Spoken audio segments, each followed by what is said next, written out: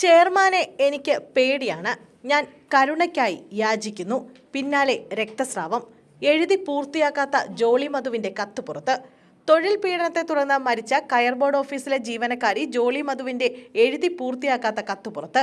ഗുരുതരമായ ആരോപണങ്ങളാണ് എഴുതി തീർക്കാത്ത കത്തിൽ പറയുന്നത്. എനിക്ക് പേടിയാണ്. ചെയർമാനോട് സംസാരിക്കാൻ എനിക്ക് ധൈര്യമില്ല. പരസ്യമായി മാപ്പ് പറയണമെന്ന നിർദ്ദേശത്തെ തുടർന്ന് തൊഴിൽ സ്ഥലത്ത് പീഡനം നേരിടേണ്ടി വന്നയാളാണ് ഞാൻ. എൻ്റെ ജീവിതത്തിനും ആരോഗ്യത്തിനും അത് ഭീഷണിയായി. അതുകൊണ്ട് ഞാൻ നിങ്ങളോട് കരുണയ്ക്കായി യാചിക്കുകയാണ്. എൻ്റെ വിഷമം മനസ്സിലാക്കി ഇതിൽ നിന്നും കരകയറാൻ എനിക്ക് കുറച്ച് സമയം തരൂ എന്നാണ് ജോളി കത്തിൽ പറയുന്നത്.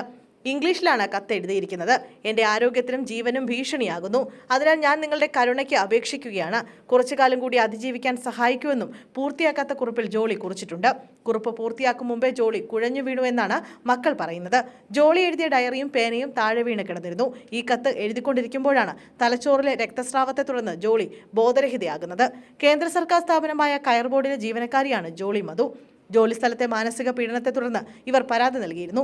ക്യാൻസർ അതിജീവതയും വിധവയുമായ ജോളി സ്ഥാപനത്തിൽ നിരന്തരം മാനസിക പീഡനത്തിന് ഇരയായെന്ന് കുടുംബം ആരോപിച്ചിരുന്നു. കയർ board office chairman, secretary, administrative head എന്നിവർക്കെതിരെയായിരുന്നു ആരോപണം. തൊഴിൽ പീഡനത്തിനെതിരെ ജോളി നിരവധി പരാതി നൽകിയെങ്കിലും അവയെല്ലാം അവഗണിക്കപ്പെടുകയായിരുന്നു.